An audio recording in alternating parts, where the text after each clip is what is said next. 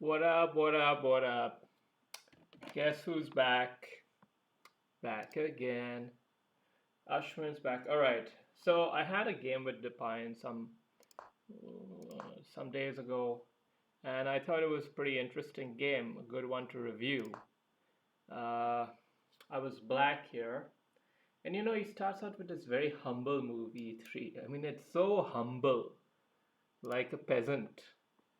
And well, I didn't want to get too greedy, but I think a central pawn is a pretty good move here. And I played a humble move myself, one could say. Maybe, yeah. Well, I think it's fine as it was because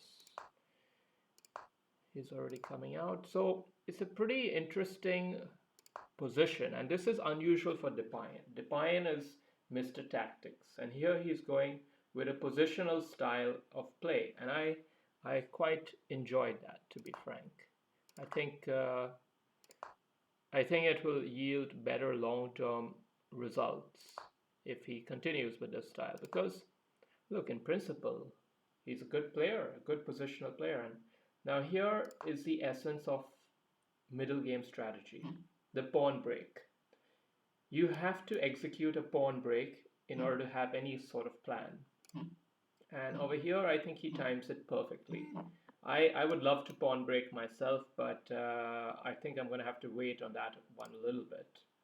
So he's pawn broken, and we've gone through exchange, exchange, exchange, and I take a little bit of tempo. I take a little bit of tempo with the knight. Okay, that's what I opt to do.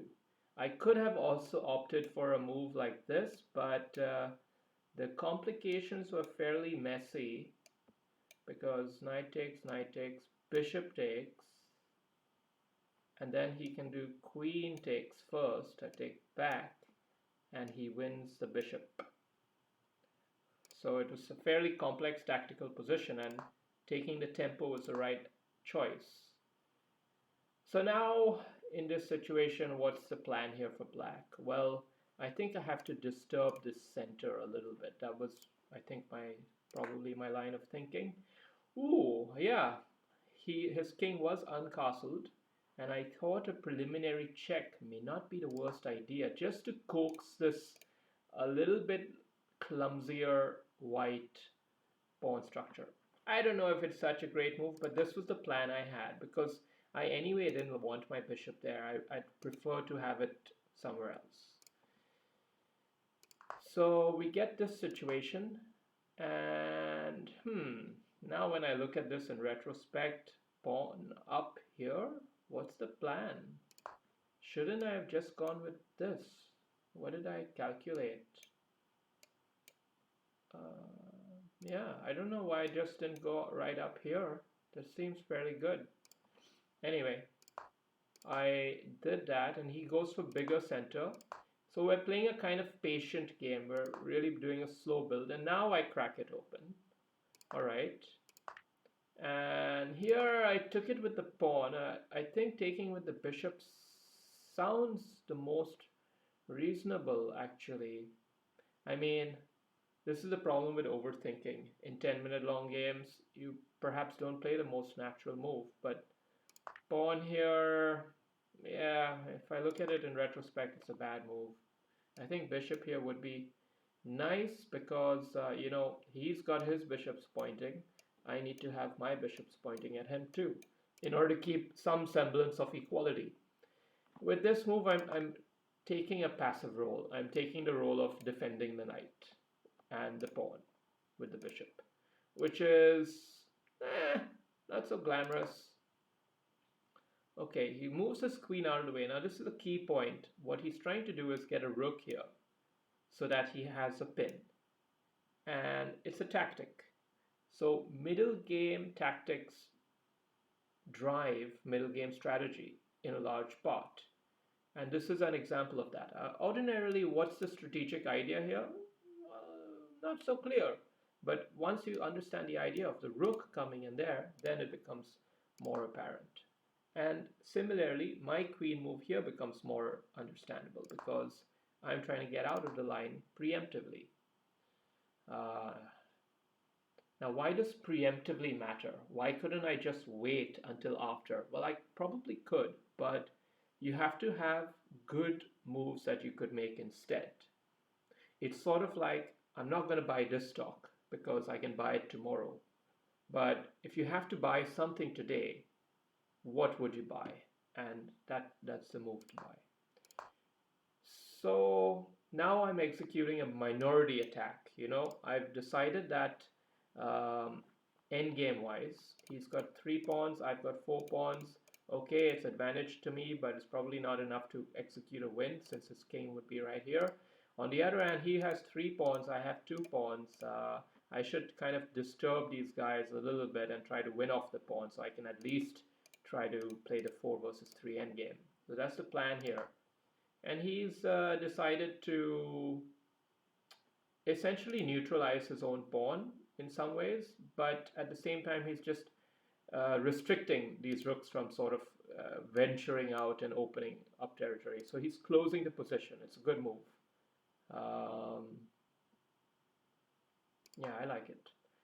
So now I get a little bit creative with how I'm going to get my rooks in the game. And I chose this move, but I think in retrospect, this move is the one which, I mean, immediately after I played it, I realized this is a better move to play just because you want to delay any sorts of pins. Why give him a sniff?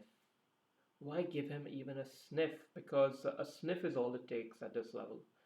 And here I've essentially presented my pieces in a very pinnable manner, perfect for a bishop to take advantage of.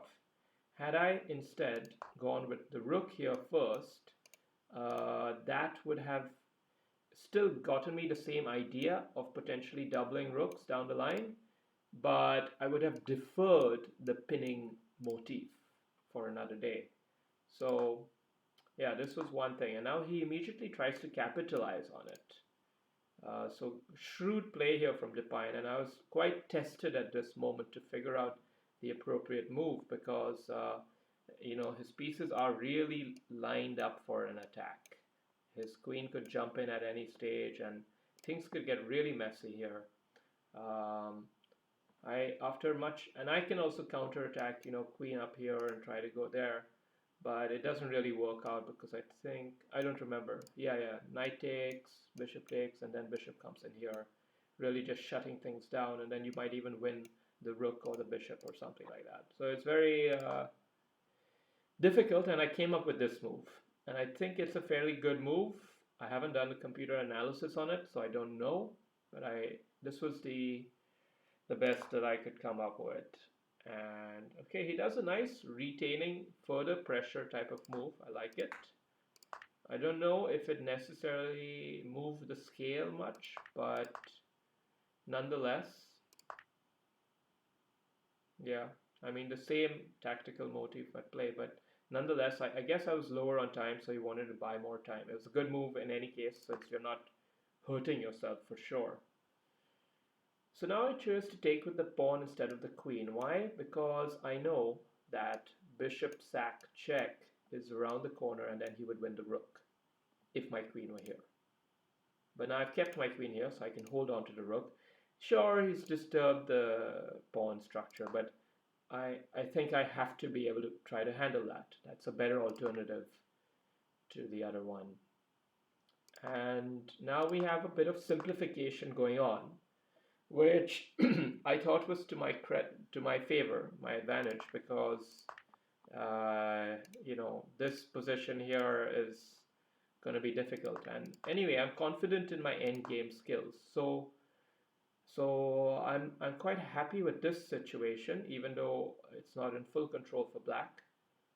But now I make a move which is it was a bad move because it's so clear what the right defense is for white, and I saw it immediately and still played it anyway, which is kind of dumb because oh, actually queen check and then take here. Huh. Well, let's see. Okay, defends it with the queen instead. Yeah, that's good move. Yeah. So it's a fairly defensive position for black, and also to some extent for white. But white has better attacking prospects here, and he decides to, throw some ammo at there. You don't know what else to do exactly, but moving a pawn up here can't harm. And now here I start making another clumsy move with the rook. What am I even trying? I don't know. I don't know, but things are starting to get a little bit too messy here on the king side for black. And I mean, I'm trying to target this pawn. I'm just chasing the damn pawn endlessly. I should have had my rook here and, ready for defense in that manner. Here I'm really, I'm at risk of just being way off center on the board. So his pawn has entered deep into enemy territory, and that is a long-term risk for sure. And he's doing a good job holding on to it while retaining aggressive pressure. So this is a very difficult position for black.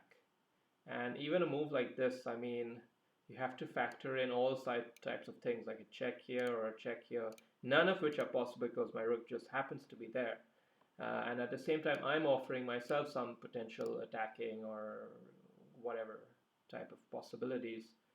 So this is pretty difficult position to play for white as well as black. And now he makes the check, and I think I had perhaps figured that this check is okay for me to handle. But then he goes back.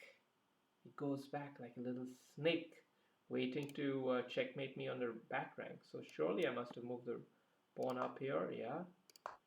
And then what does he do? He just retains tension. Retains tension. He's seen that whatever his little jibes and attacks haven't yielded anything concrete, but he's still retaining control of the position. This is patience. Patience is very important in chess. You don't have to just go for it. You can hold the tension and reorient yourself for a better attack. And now he plays rook check. Sure.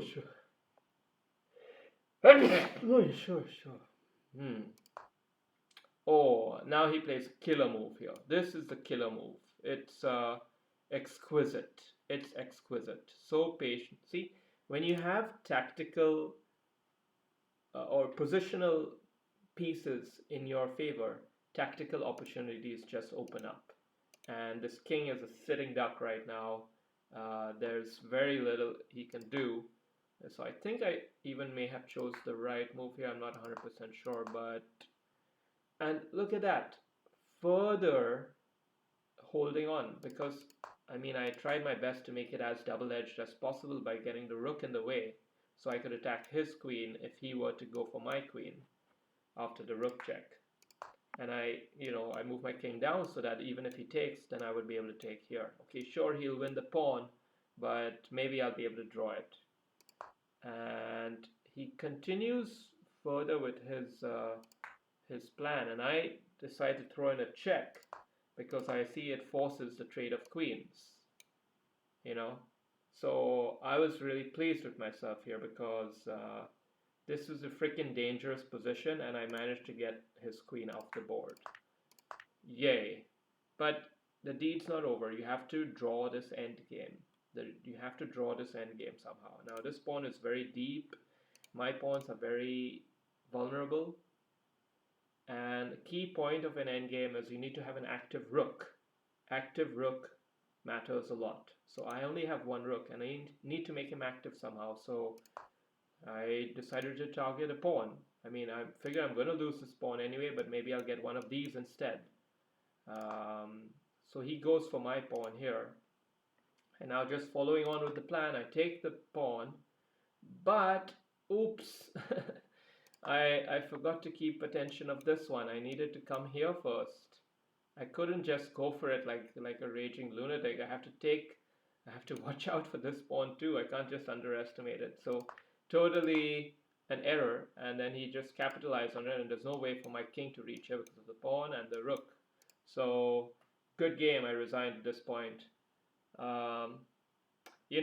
There are blunders here, but you have to say there was immensely well delivered pressure at every point to enable the winning of the game. So congratulations, Dipayan. This was a really enjoyable game. Let's play more 10-minute battles. I think a 10-minute championship of sorts would even be a fun prospect going forward. So let me know what you think in the comments and subscribe for more.